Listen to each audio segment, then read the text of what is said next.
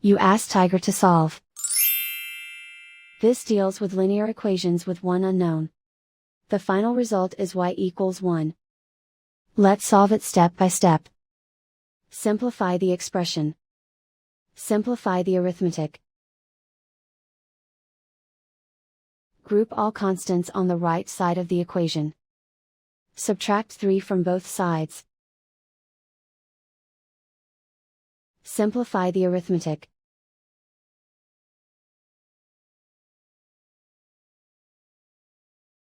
Isolate the y. Divide both sides by 7. Simplify the fraction.